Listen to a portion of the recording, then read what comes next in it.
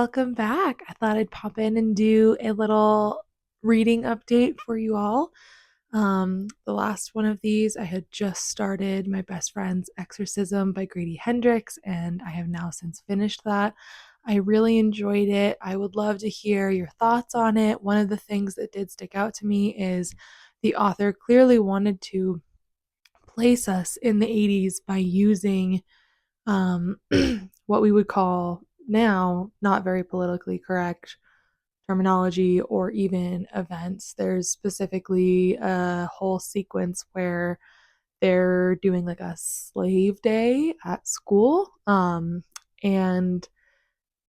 obviously that's something that's very uncomfortable to read and potentially triggering. And yeah, what are your thoughts on authors including things like that? I think my initial thoughts are we shouldn't shy away from those parts of our history and pretend like we didn't act like that, because I certainly believe that we did, but does it serve a purpose in the narrative, and is it just there for shock value? So yeah, I would love to hear you guys' thoughts if you guys have read that one. Um and then I'm about halfway through with The Alice Network by Kate Quinn. I'm reading that one for Brady and Rosie's book talk. So if you haven't heard of those two creators, Brady Lockerbie and Rosie Piper, they were over on TikTok and now have obviously migrated to focus more on Instagram and YouTube.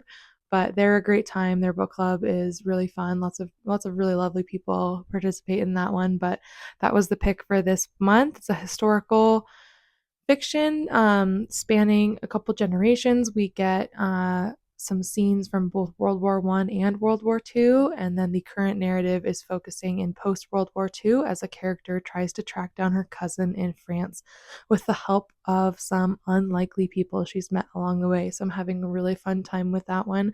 I had just read The Nightingale by Kristen Hanna back in either November or December. So World War Two is definitely still kind of on the brain, which I probably helps remind me a little bit about some of the important dates and facts and figures. But yeah, would love to hear what you guys are reading, and see you in the next video.